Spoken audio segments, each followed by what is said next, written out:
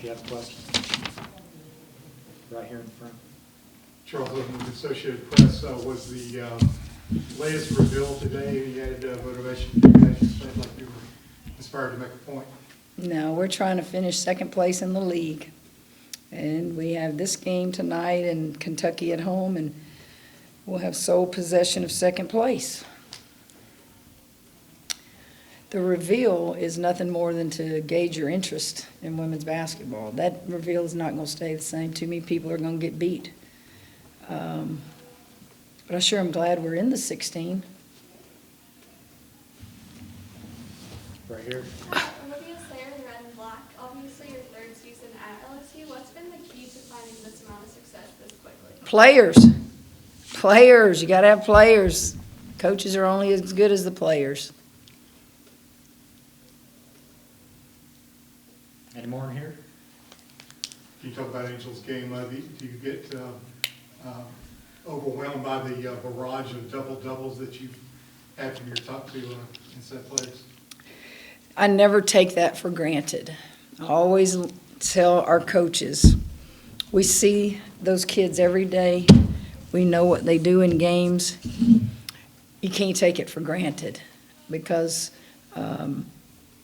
what they do in getting double-doubles, Angel, Morrow, that doesn't just happen. Those rebounds don't just fall in their lap. Those points don't just happen.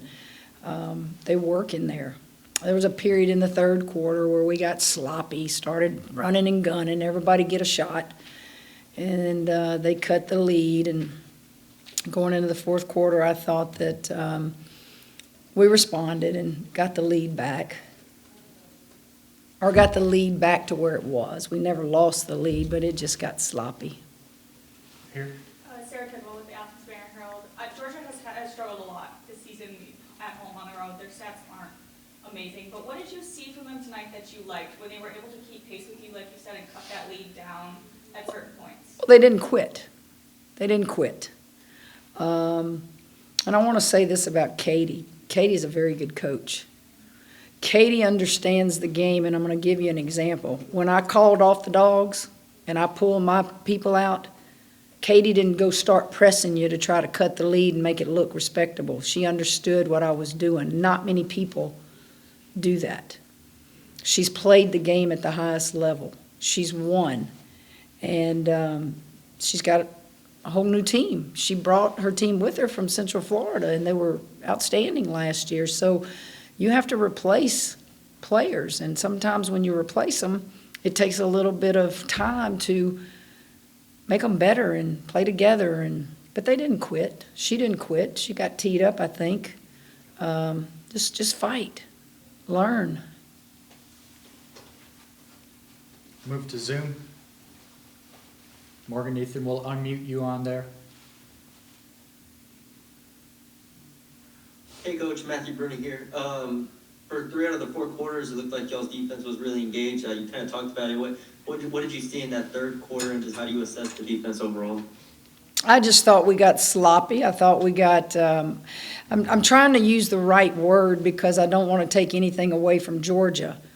But we were just running, shooting. My turn to shoot. You get you one. I think it got to the point where I guess we just going to show out and try to get some style points. We didn't run anything. That's not who we are.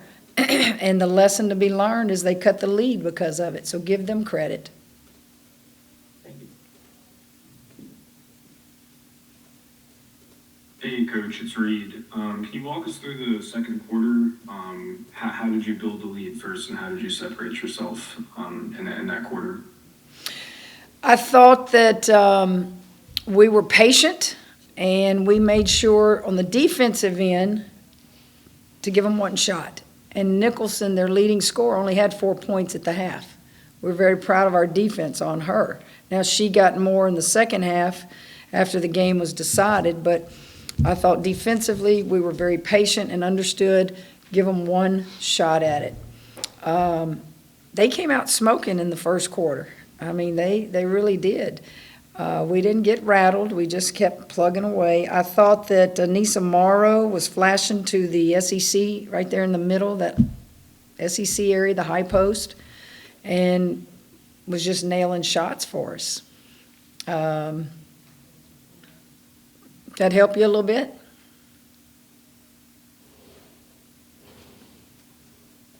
Oh, Reed. Hey, Kim, it's Corey. You guys being able to share the basketball, I thought, especially in the first half, was very efficient tonight. Can you just talk about this team's ability to perform that way and where you guys start to try to tap into getting them to share the basketball consistently through 40 minutes?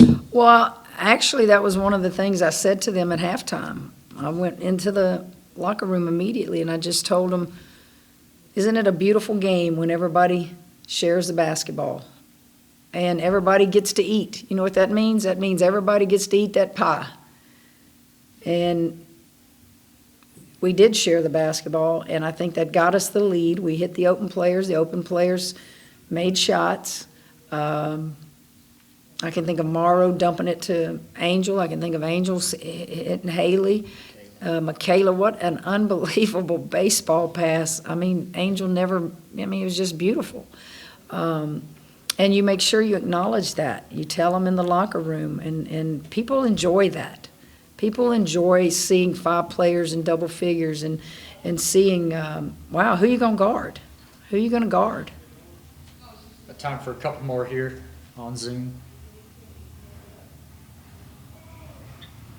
Hey, Kim, Plonge, she missed a layup on the fast break late in the game, but overall, her body control is so good around the basket. And is she maybe your best finisher around the basket? And what did you have her doing tonight on defense that was, if anything, it was special? Well, I'm not going to say she's the best finisher. Her game is such that she has improved on taking you off the dribble now, and she has acrobatic just moves in there, and it's shots that you don't think will go in, and they do. They consistently go in. But if I said she's the best finisher around the rim, then Angel and Morrow are just going to disown me as their coach because they're in there battling against 6'5" and 6'8" and all those kids throughout the season. Flage was motivated. This is where she's from. I think there was one time during the timeout she kept coming and she said, "This is my state," and you love kids to be excited about being back home.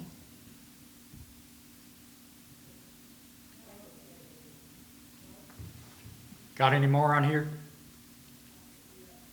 Yeah, there's just one more here, Coach. I also want to ask about Haley, second straight game where she's the leader in points for y'all. Do you sense anything different from her? Do you sense a different mindset? Do you sense any kind of different maybe approach that you're taking with her that she's taken that across these last 2 games? I think when you have success, you get more relaxed, you get more comfortable. I mean, this isn't Haley's first rodeo. Haley's been to a Final Four before. Haley's, she knows how to play this game. She's just playing a different position. I see she had only 1 turnover, and for us as a team to only have 9 turnovers, I think that's very important. She had 4 assists to 1 turnover, and you want a 2-to-1 ratio. Morrow had 5 assists to 2 turnovers. Season high. Flage had 3 assists to 0 turnovers. Angel 2-to-1. When you have stats like that, when you hit a lull like we did in the third quarter, you're gonna get back in the ball game or extend the lead back to what we originally had it. So, but yeah, it's just she's a senior. She knows how to play this game, and she's very confident shooting right now.